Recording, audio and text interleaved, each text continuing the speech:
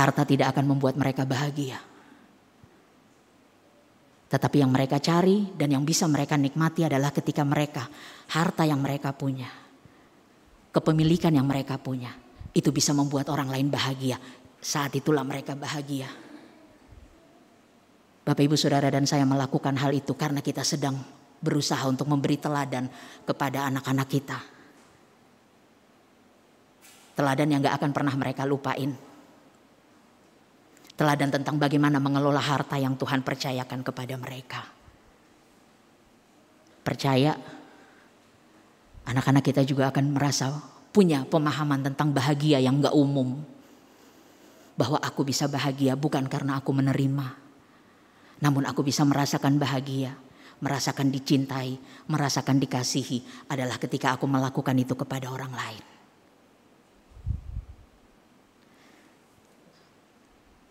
Selamat memperlakukan harta milik Bapak, Ibu, Saudara dengan pemahaman yang benar. Supaya bahagia, Tuhan Yesus memampukan. Amin.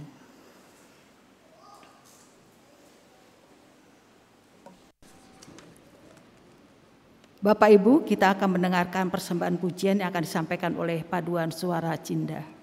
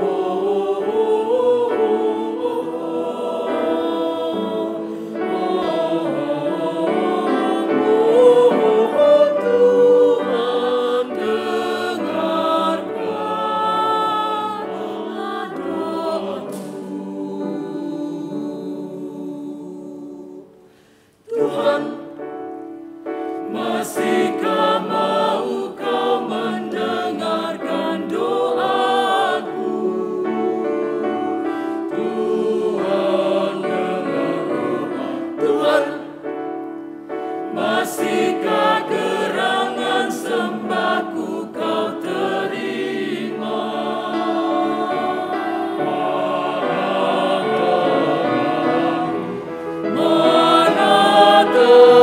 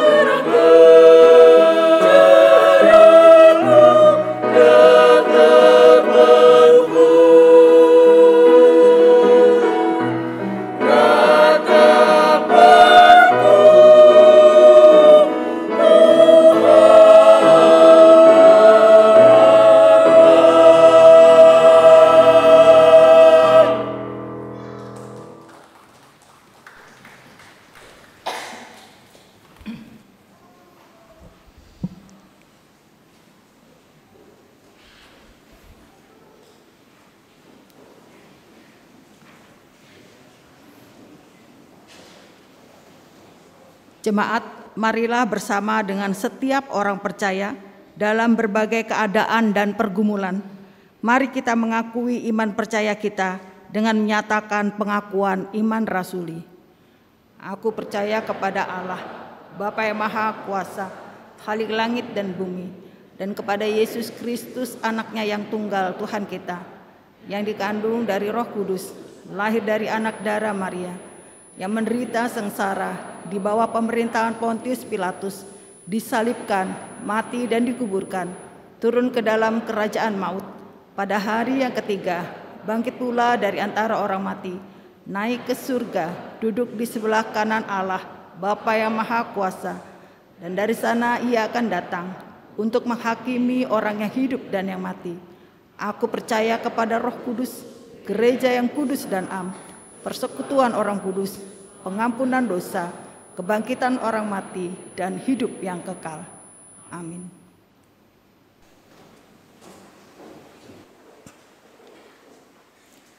Mari berdoa. Bapa Maha Baik, terima kasih sudah menegur kami hari ini. Engkau mengingatkan kami bagaimana kami dapat bahagia dengan harta milik kami, yaitu bukan ketika kami menimbun dan berpikir kami bisa tenang menikmati semua itu, tetapi bahagia kami nikmati saat kami melihat bahagia orang lain lewat setiap bentuk rejeki yang kami teruskan. Terima kasih Bapa. Tidak mudah, tetapi beranikan kami melakukannya. Tolong kami juga ya Bapa, agar ketika kami bergumul untuk berbagai macam persoalan hidup, sakit penyakit, keadaan rumah tangga, keadaan ekonomi, pendidikan dan masa depan anak-anak kami, jodoh, bahkan duka cita. Tolong kami untuk bisa menerima bahwa ketika pergumulan yang kami hadapi tidak dapat kami ubah, maka cara kami melihat pergumulan itulah yang kami ubah. Kami melihat penyertaan Tuhan di dalamnya, sehingga kami dapat menjalaninya tanpa mengeluh. Tolong kami ya Bapa, agar ketika kami datang dengan membawa berbagai macam syukur kami karena kebaikan yang kami terima, kami ingat untuk meneruskannya juga kepada orang lain. Sehingga cara kami menikmati bahagia diubahkan, yaitu ketika kami menemukan bahagia kami di dalam bahagia orang lain. Tolong kami juga ya Bapa, ketika kami melayani dengan atau tanpa jabatan gerejawi, kami melakukannya bukan karena kewajiban atau keinginan diri kami sendiri, tetapi Engkau menolong kami untuk mengubah pemahaman kami bahwa ketika kami melayani, pada akhirnya kamilah yang diubahkan oleh pelayanan kami. Ketika kami bergumul dan berjuang untuk menyediakan sarana dan prasarana ibadah, kami berhadapan dengan wajah kemustahilan. Tetapi kami percaya bahwa justru kemustahilan itulah yang membawa kami pada pengalaman iman. Sehingga jangan biarkan kami ragu Bapa ketika kami bergumul untuk segala sesuatu yang kami jalankan dan kami layankan di dalam pelayanan kami di gereja.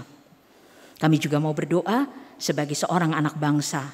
Bapa menolong kami agar ketika kami mengabdi bagi bangsa ini, maka kami melakukan yang terbaik. Kami melakukan yang berbeda dari orang lain. Sehingga apa yang kami lakukan pada akhirnya boleh juga mendorong orang lain untuk memberi yang terbaik bagi negeri ini, bagi bangsa ini, agar Indonesia kuat lagi, agar Indonesia bangkit lagi di tengah-tengah kesulitan yang dialami oleh dunia saat ini. Di minggu yang baru ini Bapak, kami memberi diri kami. Biarlah lewat apa yang kami miliki, kami belajar untuk dapat meneruskan setiap bentuk kasih Bapa itu juga untuk dirasakan oleh orang lain.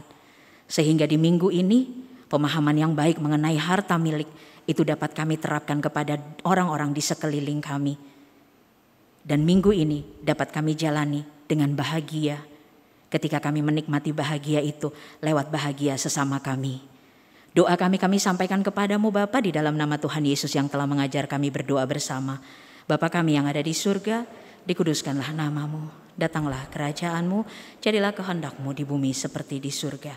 Berikanlah kami pada hari ini makanan kami yang secukupnya, dan ampunilah kami akan kesalahan kami, seperti kami pun mengampuni yang bersalah kepada kami. Dan jangan membawa kami ke dalam pencobaan, tapi lepaskanlah kami dari yang jahat, karena Engkau yang punya kerajaan dan kuasa dan kemuliaan sampai selama-lamanya. Amin.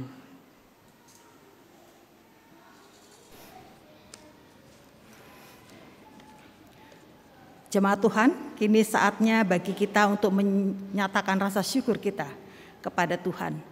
Tidak ada alasan terbaik untuk bersyukur jika bukan Allah sendiri yang memilih untuk membuka dirinya bagi kita. Tidak ada harta yang lebih besar daripada kasih Allah yang memilih kita dekat padanya. Mazmur 33 ayatnya yang ke-12 berkata, "Berbahagialah bangsa yang Allahnya ialah Tuhan, suku bangsa yang dipilihnya menjadi miliknya sendiri." Mari kita ungkapkan rasa syukur kita dalam persembahan kita, baik dengan menyerahkannya ke dalam kotak persembahan di gereja maupun dengan mengirimkannya ke rekening Majelis Jemaat GKI Cipinang Indah dan ke rekening Panitia Pengembangan GKI Cipinang Indah.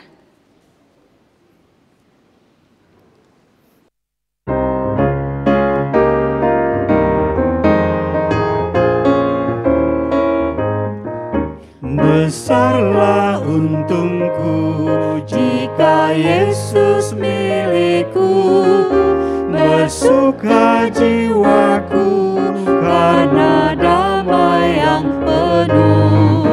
Meskipun angin keras, badai dunia menderu, tak goyah hatiku karena Yesus milikku. Benar-benar besarlah untungku, benar-benar besarlah untungku, benar-benar besarlah untungku. Ketika Yesus tumbuhlah tetap milikku, kendati tiadalah hartaku di dunia, hatiku tak resah, tak bersungut berkesah, karena ku sungguh tahu jika Yesus milikku, tak sia-sialah segenap usahaku. Benar-benar besarlah untungku, benar-benar besarlah untungku, benar-benar besarlah untungku. Ketika Yesus sungguhlah tetap milikku. Mari kita membawa persembahan kita dalam doa.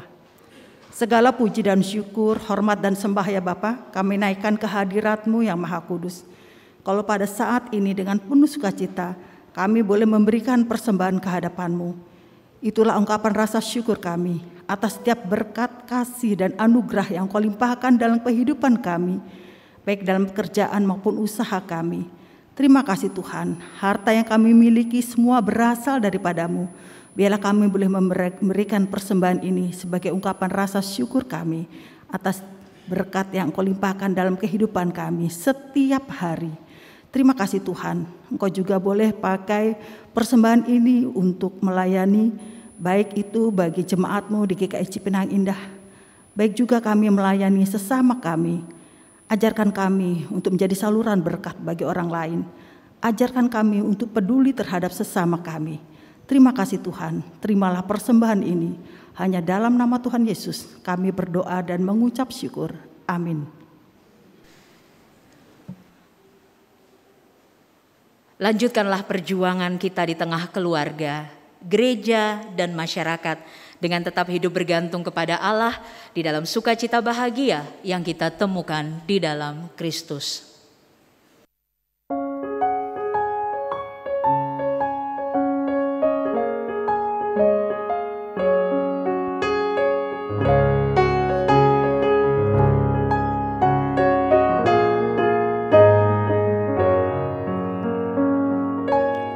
Ku berbahagia, yakin teguh, Yesus abadi kepunyaanku. Aku warisnya, ku ditebus, ciptaan baru, Roh Kudus. Aku bernyanyi bahagia, memuji Yesus selamanya. Aku bernyanyi bahagia, memuji Yesus selamanya. Pasrah sempurna, nikmat penuh, suka surgawi melimpahiku. Lagu malaikat amat merdu, kasih dan rahmat besertaku. Aku bernyanyi bahagia, memuji Yesus selamanya. Aku bernyanyi bahagia, memuji Yesus selamanya.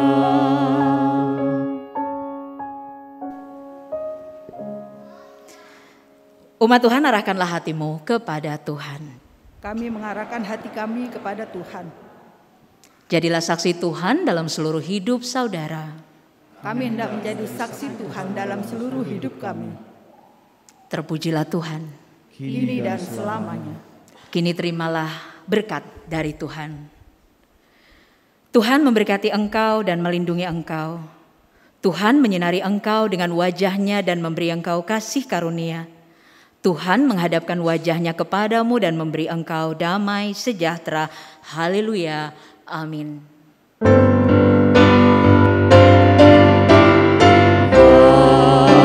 Haleluya, haleluya, haleluya, haleluya, haleluya. Amin, amin, amin.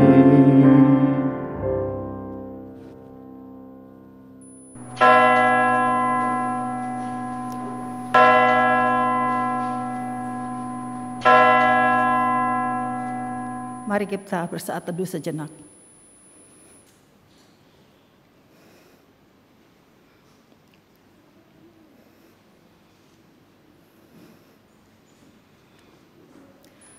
Jemaat Tuhan, ibadah kita pada saat ini sudah selesai.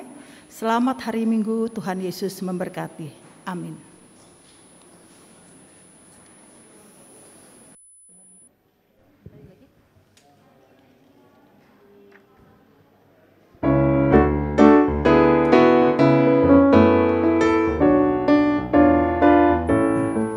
Besarlah untungku jika Yesus milikku, bersuka jiwaku karena damai yang penuh. Meskipun angin keras, badai dunia menderu, tak goyah hatiku karena Yesus milikku. Benar-benar besarlah untungku, benar-benar besarlah untungku, benar-benar besarlah untungku, ketika Yesus sungguhlah tetap milikku. Kendati tiadalah hartaku di dunia resah, tak bersungut berkesah. Karena ku sungguh tahu, jika Yesus milikku, tak sia-sialah segenap usahaku. Benar-benar besarlah untungku, benar-benar besarlah untungku, benar-benar besarlah untungku. Ketika Yesus sungguhlah tetap milikku.